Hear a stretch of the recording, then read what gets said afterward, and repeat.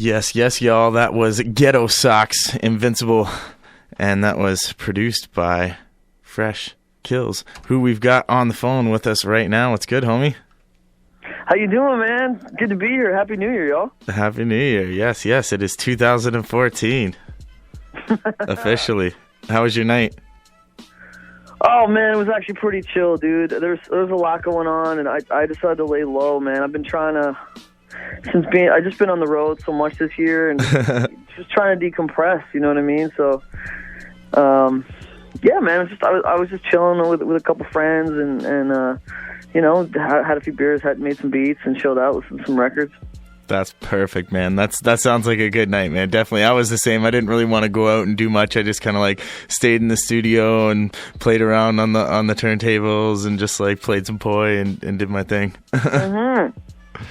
Yeah, man, those are those nights, you know what I mean? Like I get driven by the whole idea that when I'm out messing around, someone else is in the studio making the next crazy thing. It's like, you know what I mean? It's like you're taking a pit stop in one of those F1 races, you know, you don't want to take too long a pit stop. That's so funny, man. I get the exact same feeling sometimes when I'm out. It's very rare where I get a chance to just go out and have fun, but like when I do, I almost feel guilty about it. I'm like out there, I'm just like, somebody else is working right now. Oh yeah, man, for sure. I'll even punish myself, you know what I mean? Like if I hadn't gotten a lot of work done that day, I'll just punish myself and not go out, even if I don't get anything done that night. Just not going out is enough to like, okay, you know what, I'm not going to go out and have fun and reward myself for not getting other stuff done. Exactly. Use that. And you know what, humans were based on that reward system. Like all the video games and all the little application games that you can do on your phone, they're all built on the fact that we have this reward system, and we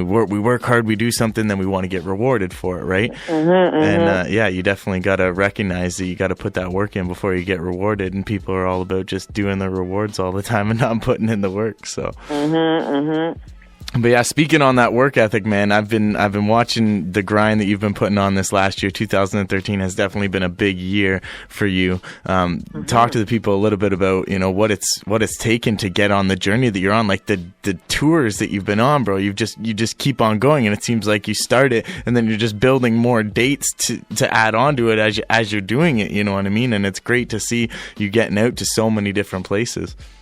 Yeah, man. You know, I've been kind of in a bit of a privileged position because of my role. You know, like I'm not an MC per se, and I'm not necessarily an artist. I'm also not just a DJ. So it's been kind of this blessing in disguise. You know, like because I can do the live beat thing. You know, and I'm also a performer, and I can back people up. You know, like I can do backup harmonies, I can do backup vocals, I can do, you know, different things. I can sort of ease in, you know, I can really play with anybody. You know, it's almost like being a sought after guitar player in jazz groups and being able to hop different groups. And to be honest, that's kind of been the key, to be able to go out and, you know, like you know, me and Matt Dukes together, we have a great Voltron set. Me and Relic together have a great set. I can also rock solo. You know, I can also rock, you know, I was rocking for Prem Rock, this dude out of New York, on the way back from South by, you know, kind of randomly. You know, we did a couple shows, he needed someone to back him. And just being able to kind of be, to be able to do that, and also just to have a good sense. You know, I've got a good sense on stage.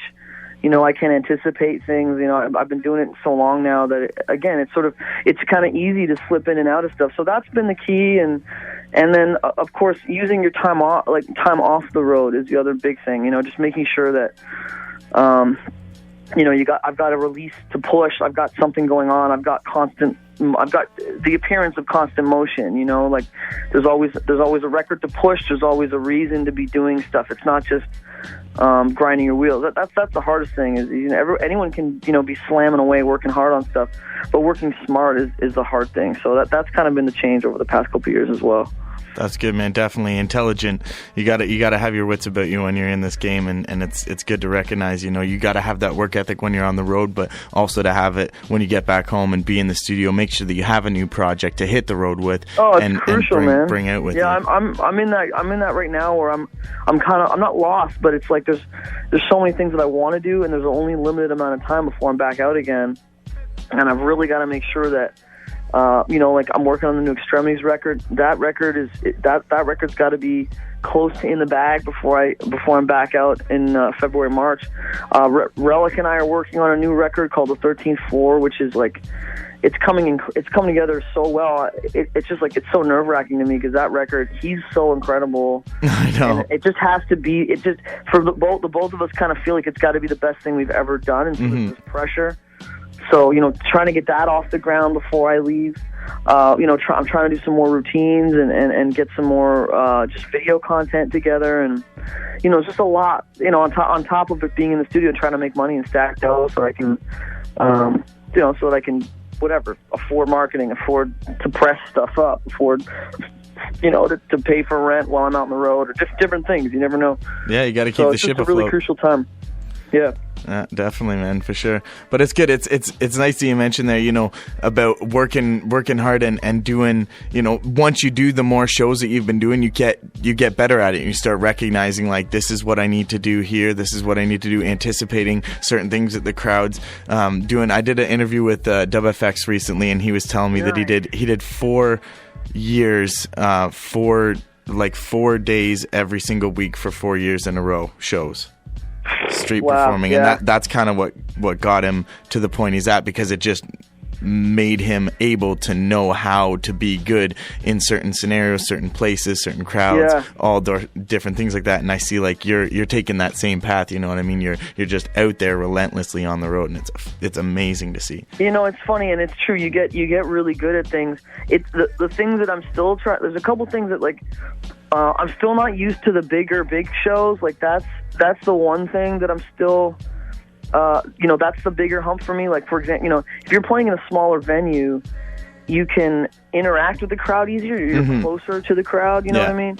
And on this, especially over the last few months, we did a bunch of, like, much bigger shows. You know, we did a show in Seattle with DJ Vadim. You know, we did the Alcoholics, Cali Agents, and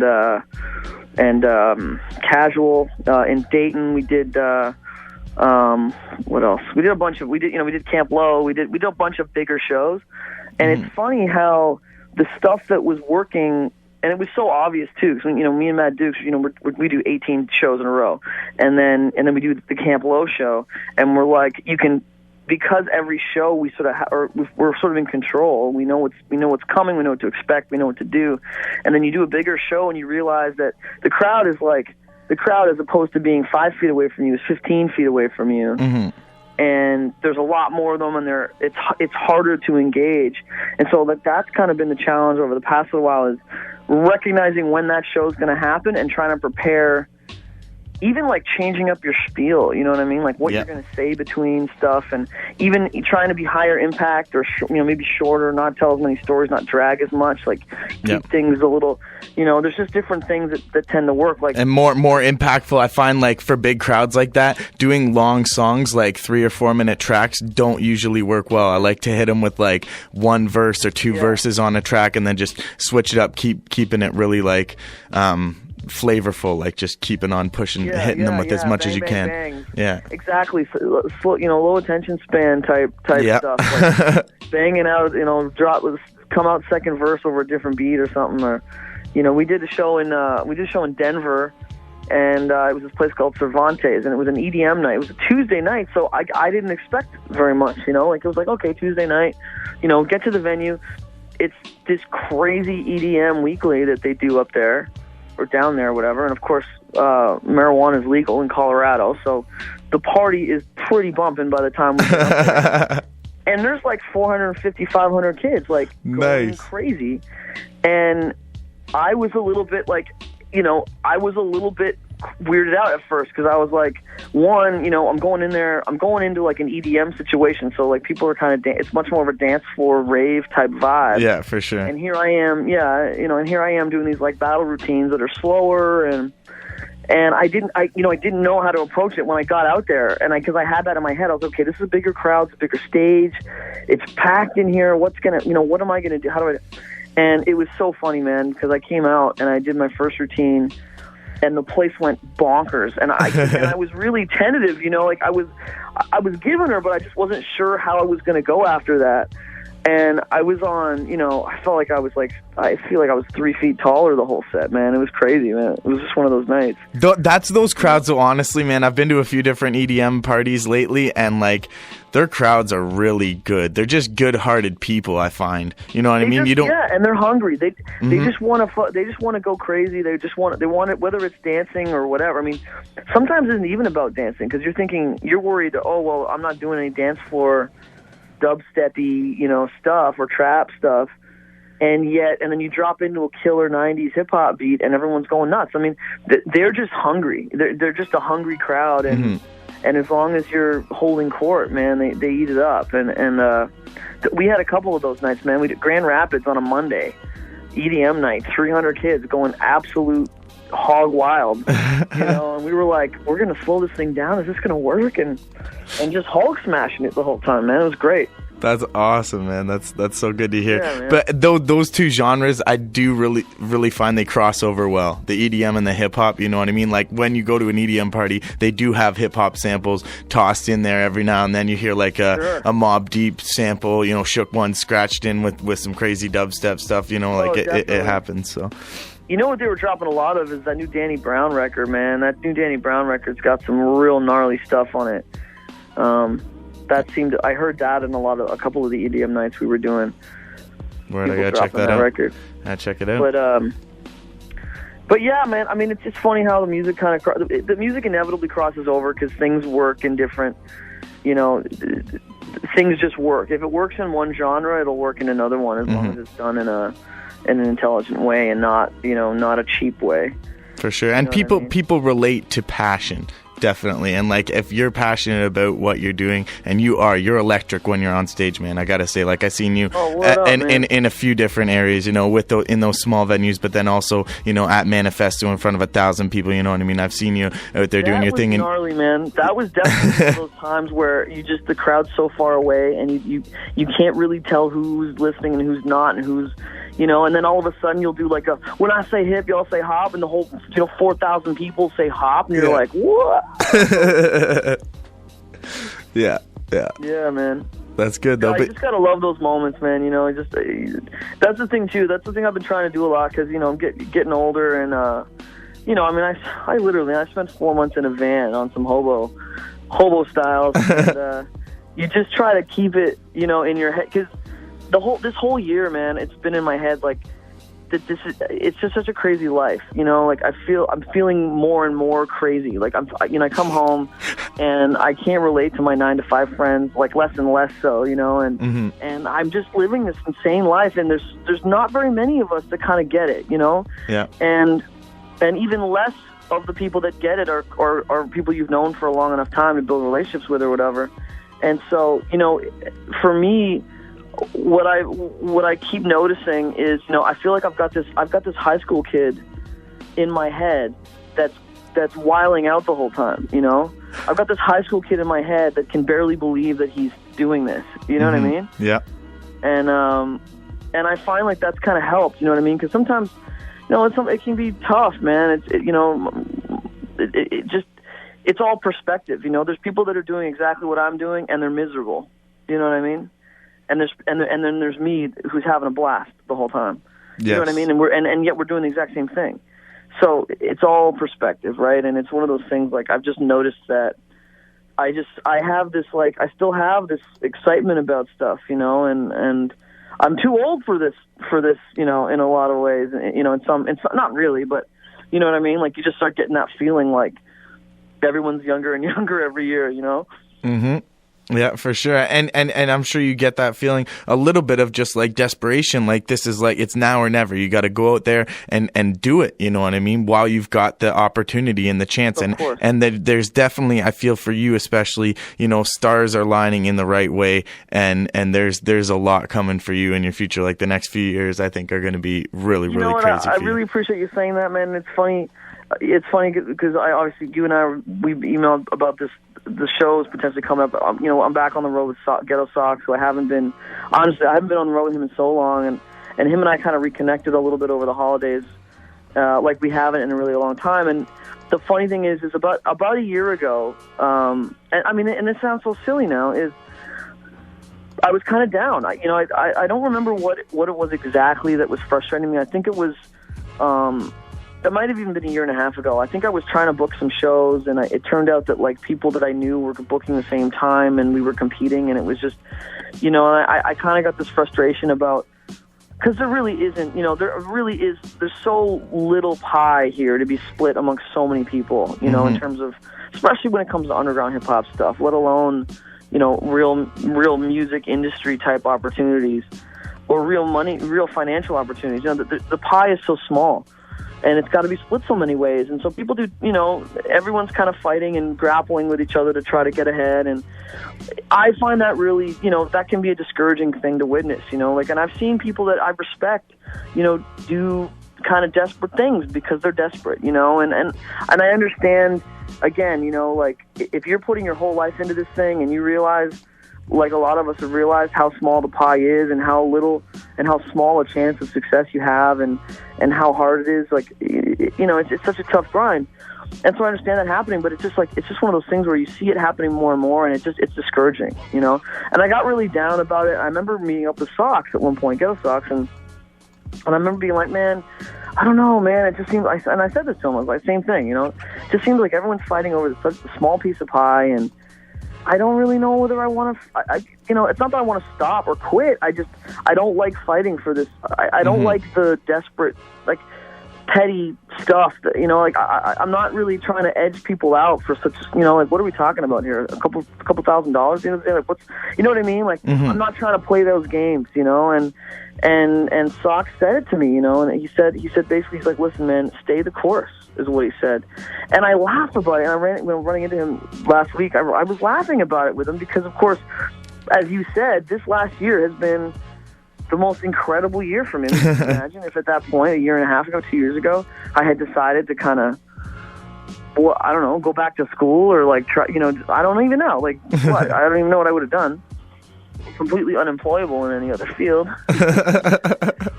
But you laugh about it now because it's a war. It is a war of attrition in a lot of ways, and here we are. So. Man, that was awesome to hear, bro. Thank you so much for sharing that stuff. That means a lot. And Ghetto Sox is just that kind of dude, man. He's there for you when you need him, bro. And he's like, I gotta give mad props to that dude. Like when I booked my last Moco Only tour in April this year, like I hit him up and I was just like, bro, I don't know. That was really dope too, by the way, man. That was. Yeah, you were killing it on that, man. I remember I was super proud of you, man, rocking that tour, dude, for real. Thank you. And it was so hard. Like I booked every single one of those dates by myself, pretty much. Oh, I know, dude. You were on such a killer grind, and I remember people being like, "Yo, who's this dude? Who's this Robbie G cat?" I'm like, "Yo, man, watch out for this dude." I was like, they're like, "Who's this guy?" I'm like, "Dude," and I was telling them about the collab that we did with the guitar player, and they were like, "What are you talking about?" I'm like, "Yeah, dude, just witness, man. Just witness." Just witness. Anyway, I just love that stuff, man. Go on. Thank you. But yeah, like I hit him up and I was just like, man, I don't know anybody on the East Coast. Like I'm trying to book some shows. Me and Moco want to get out there to Halifax and stuff like that. I know you kind of know the people out there. And he sent me back this big email with like 10 contacts, solid contacts, phone numbers, emails, Facebook addresses, everything for like all his people out on the East Coast. He's like, here's all the people that I deal with, man. Just hit him up and see what you get. And I ended up booking 3 solid shows out of that got us fed and paid for while we were out on the East Coast. I want to say something about that though, because obviously respects the Sox for that, right? But good on you for turning it, man, because I got to be honest with you, man. Like, I've been asked the same thing, and, like, I can give contacts. You can give your contacts to anybody. Yeah. But the ability to, so, again, big props to you because, a contact is only worth what you can do with it. Yeah, cold calling is hard. It's like you gotta keep like hammering it out. Some of those ones took 20 times of calling back every single day to try and get a hold of the right person to try and book that. But that's the kind of thing, man. That's the difference between someone like you and somebody that is that is struggling and hating on other stuff.